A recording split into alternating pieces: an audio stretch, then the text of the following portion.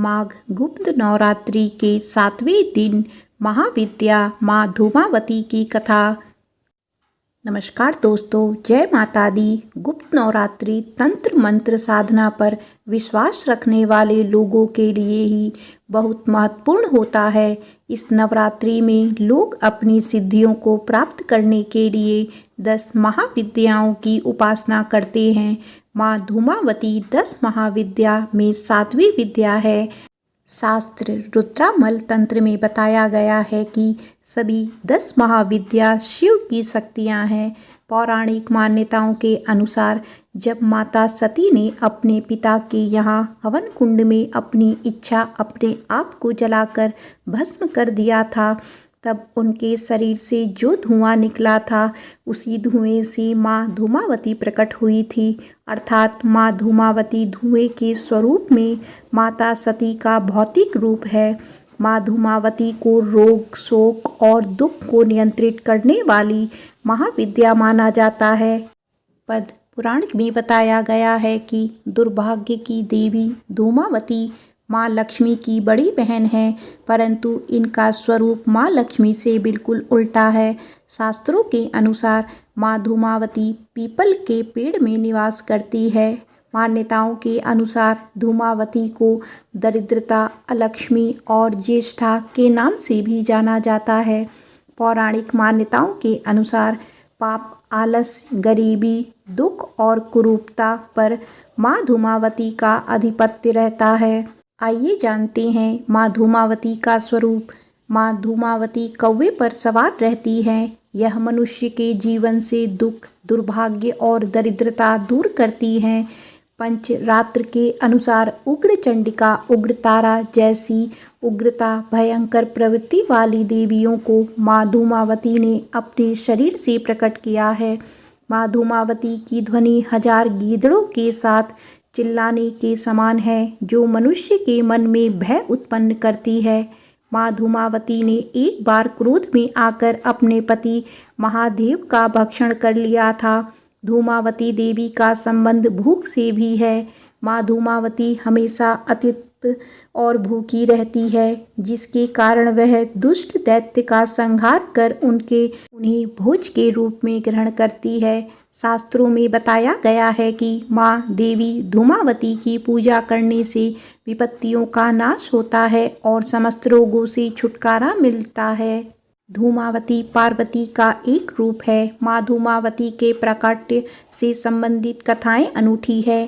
पहली कहानी तो यह है कि जब सती ने पिता के यज्ञ में स्वेच्छा से स्वयं को जलाकर भस्म कर दिया था, तो उनके जलते हुए शरीर से जो धुआं निकला उससे धूमावती का जन्म हुआ। इसीलिए वे हमेशा उदास रहती हैं, यानी धूमावती धुएं के रूप में सती का भौतिक स्वरूप हैं। सती का जो कुछ बचा रहा उदास धुआं। दूसरी कहानी यह है कि एक बार सती शिव के साथ हिमालय में विचरण कर रही थी। तभी उन्हें जोरों की भूख लगी।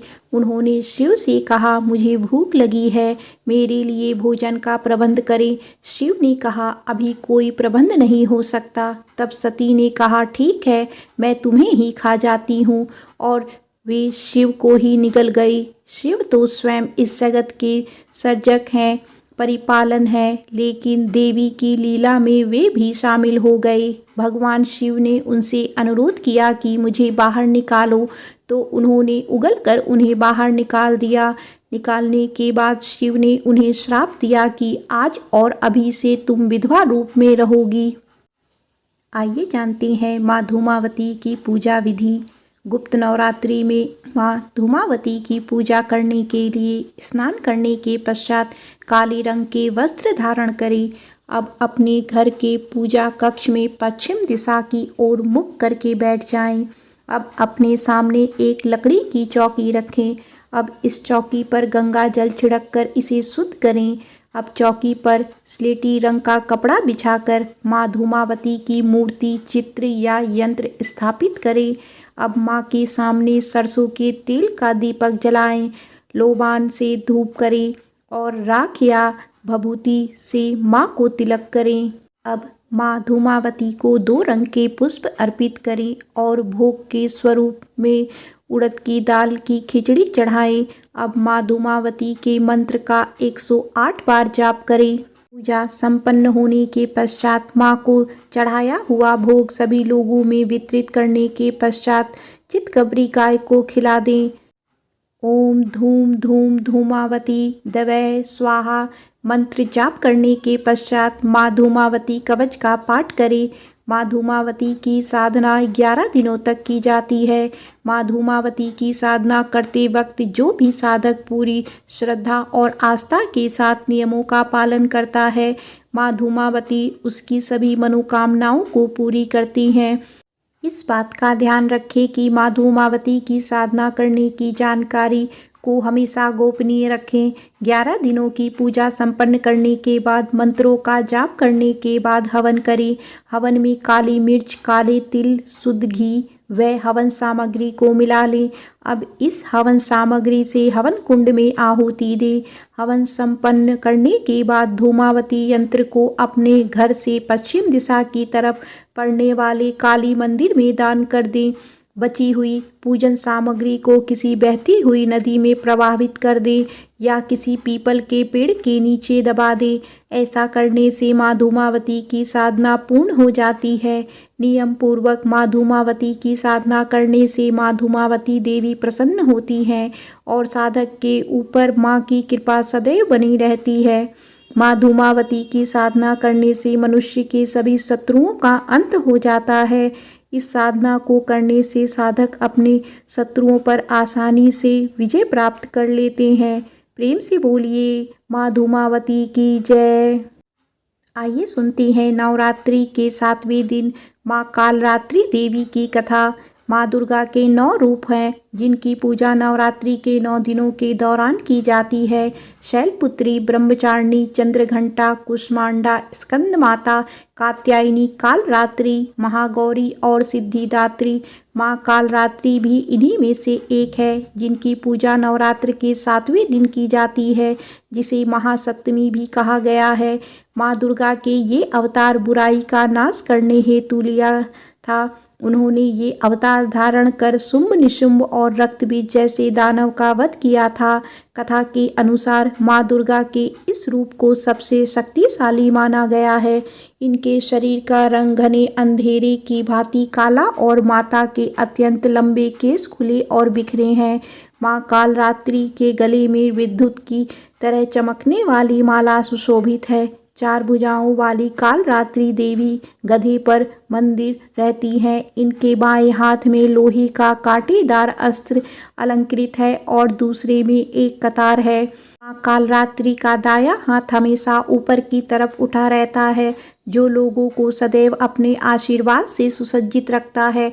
उनका निचला हाथ भक्तों को आश्वासन देने के लिए है कि वह माता के संरक्षण में भययुक्त होकर रह सकते हैं। माता को गुड़ का भोग अति पसंद है और उन्हें लाल रंग के वस्त्र और रात रानी के फूल भी अत्यंत प्रिय है। एक बार दैत्य शुंभ, निशुंभ और रक्तबीज ने अपना आतंक तीनों लोकों में फैलाना शुरू कर दिया था। उस वक्त सभी देवगण भगवान शिव के पास गए। जब भगवान शिव ने सभी देवताओं को चिंतित देखा तो उनसे उनकी चिंता का कारण पूछा। तब देवताओं ने शिव शंकर से कहा, हे भोलेनाथ, शुंभ, निशुंभ और रक्तबीज नामक दानवों ने अपने उत्पात से हम सभी को परेशान कर रखा है। कृपया कर हमारी मदद करें। यह सुनते ही भोलेनाथ ने अपने समीप बैठी माता पार्वती की ओर देखा और उनसे उन दानवों का वध करने की प्रार्थना की। भगवान शंकर की विनती सुनकर देवी पार्वती ने उनके सामने नतमस्तक होकर उनका आशीर्वाद लिया और वहां से जाने की आज्ञा मांगी और दानवों का वध करने के लिए निकल पड़ी। माता पार्वती ने दानवों का वध करने के लिए माँ दुर्गा का रूप धारण किया। इस रूप में वह सिंह पर सवार करती हुई अति मनमोहक और शक्तिशाली प्रतीत हो रही थी। माता को देख सभी राक्षस अचंभित हो गए। उन तीनों ने माता के साथ एक घमासान युद्ध शुरू किया। दैत्यों ने अपना पूरा बल लगा दिया, परंतु माता के सामने नहीं टिक पाए। आदिशक्ति ने शुंभ और निशुंभ का वध कर दिया। इसके पश्चात माँ ने रक्तबीज के साथ युद्ध करना शुरू किया। रक्तबीज को ये मामूली दानव नहीं था। उसने कठोर तपस्या कर ब्रह्मा जी से अमर होने का वरदान हासिल कर लिया था। ब्रह्मा जी ने उसे यह वरदान दिया था कि जब भी उसे कोई मारने का प्रयत्न करेगा तब उसके शरीर से निकली खून की बूंदें जैसे ही धरती को स्पर्श करेंगी वैसे ही अनेक रक्त बीजों का जन्म होगा। इसी वरदान के अनुसार जैसे ही माता ने उस पर प्रहार किया, उसकी खून की बूंदें धरती पर गिरी और अत्यंत रक्त बीज प्रकट हो गए। उसी क्षण माता ने कालरात्रि का रूप धारण किया। माँ दुर्गा के शरीर से एक ऊर्जा का संचार हुआ और माँ कालरात्रि का निर्माण हुआ। भले ही वो दानव अति शक्तिशाली था, परंतु माता से जीत पाने का सामर्थ्य उसके अंदर नहीं था।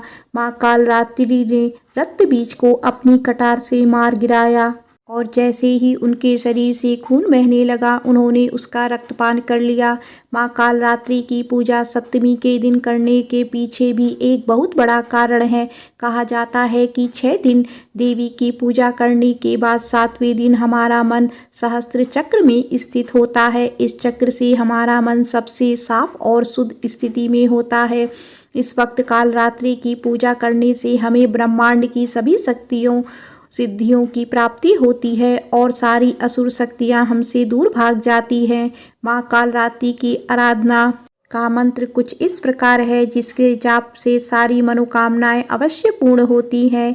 ओम देवी कालरात्राय नमः, अर्थात ओम के समान निर्विकारी माँ कालरात्रि दुख रूपी अंधकार का नाश करने वाली है।